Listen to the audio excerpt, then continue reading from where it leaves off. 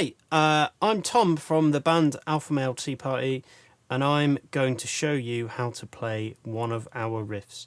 This is a riff from our second album, Droids. The reason I've picked it is because it's quite a popular riff with guitar players. So when people do little playthrough videos, which has been very nice, we've had a few of those done. When we've had a few of those done, it's normally this riff that people have a crack at.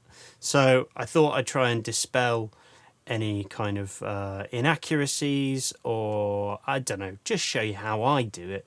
Because to be honest, I probably do it a bit cack-handed. There's probably a really simple way to do it, but I quite like, you know, sort of sliding about the neck and all that kind of stuff. So what I'll do, I'll play the riff first, all the way through, try. I've not played this for a while, so I might get it wrong. And then I'll break it down a little bit, maybe do it a bit slower. So, here it is.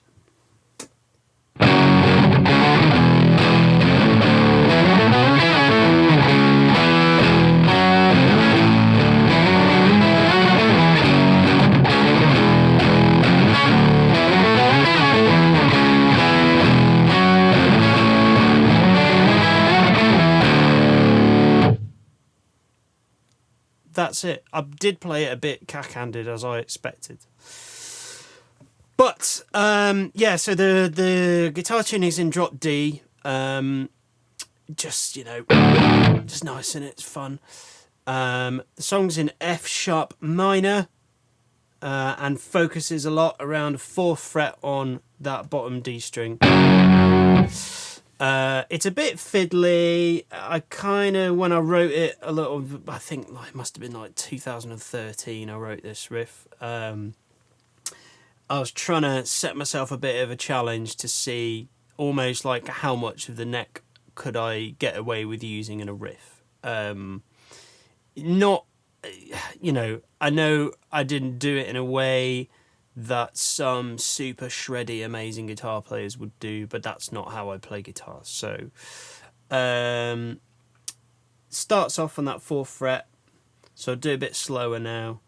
I've got little sort of pigeony hands, so you can't always tell exactly what I'm doing, but I'll try and make it nice and clear. Looking at this video, I need to trim my moustache and my entire beard, but this is what self-isolation during a pandemic will do for you.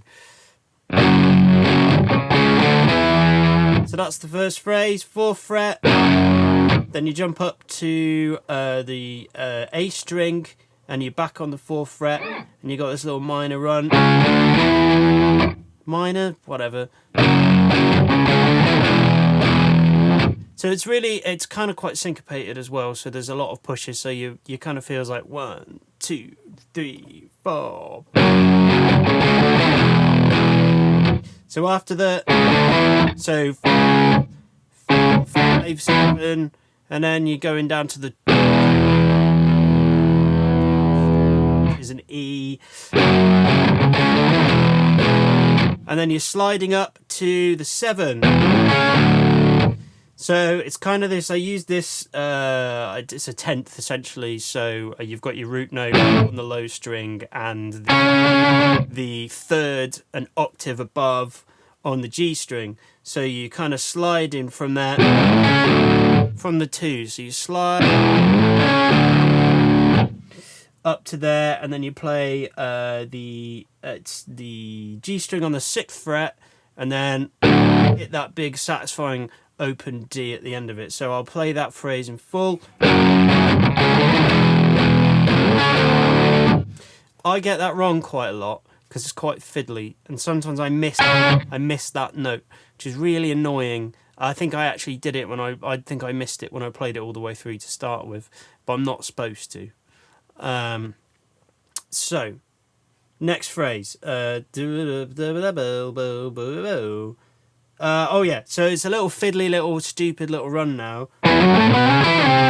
Not that. So again, this is it's a bit of a, it's one of these kind of shapes and movements that's sort of become quite a natural way for me to play. So these kind of shapes and movements do crop up in riffs that I write quite a lot, just because for some reason my hands got used to doing it, and I just seem to be able to shoehorn it in quite a few places. So it's a bit of a pentatonic run, I guess. I don't know, I might be wrong.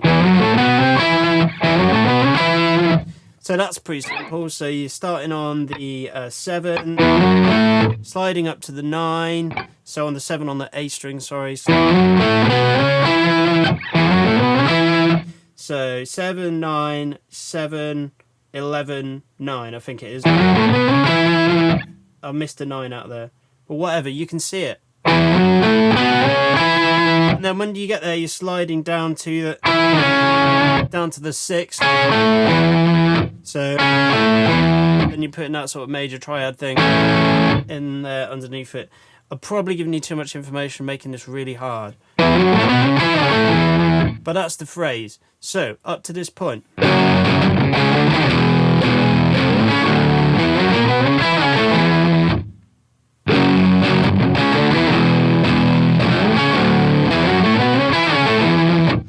Okay, cool. And then the last part of the riff, you go back down to the 4 on the A string. So we go for this kind of syncopated 3 of a duh. It's a dotted thing.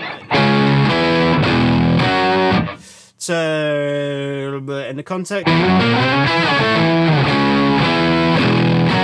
played the wrong note there. Ah! So that's 4, 2 on the 4 on the A string, 2 on the D string, the top D, and then down to the 2 on the low D, and then the 4 on the high D. So we're nearly there now.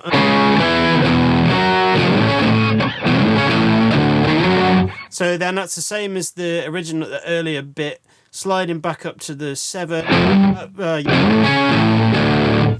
Again, the phrasing's a bit weird, so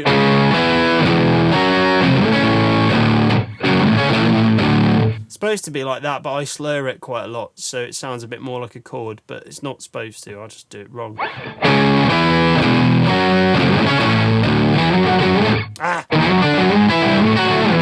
That's the hardest bit for me, the very last phrase.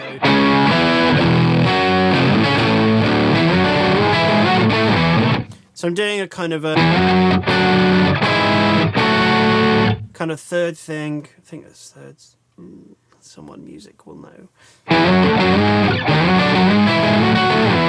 Sort of a country thing, really. Just kind of sliding up the scale, and that kind of ends the riff. So it's kind of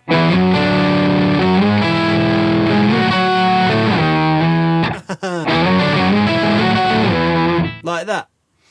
So that's the whole riff, I think. Yeah, that's the phrase. So I'll play it in full again. Hopefully no bum notes, and that'll be that. And then maybe I'll show you my rig as well, because that's more fun.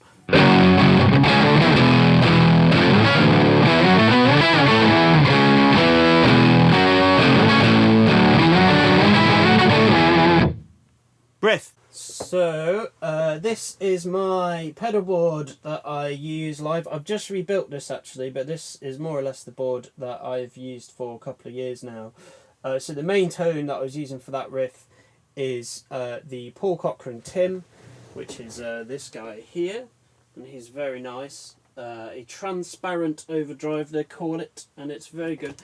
And right next to it, the mighty Electro Harmonix Micro Pog. Kind of the sound of math rocky riffs stuff, and then I'm using the Boss ES8 switcher, which is then running out in stereo to my amp rig next door, which I will show you in just a second. So my main rig is a Victory Amps Sheriff 44 with matching 2x12 and a wonderfully built, beautiful Soldano Astroverb 16, and my guitar of choice, which you've seen me play, is a Telecaster Classic Player Triple.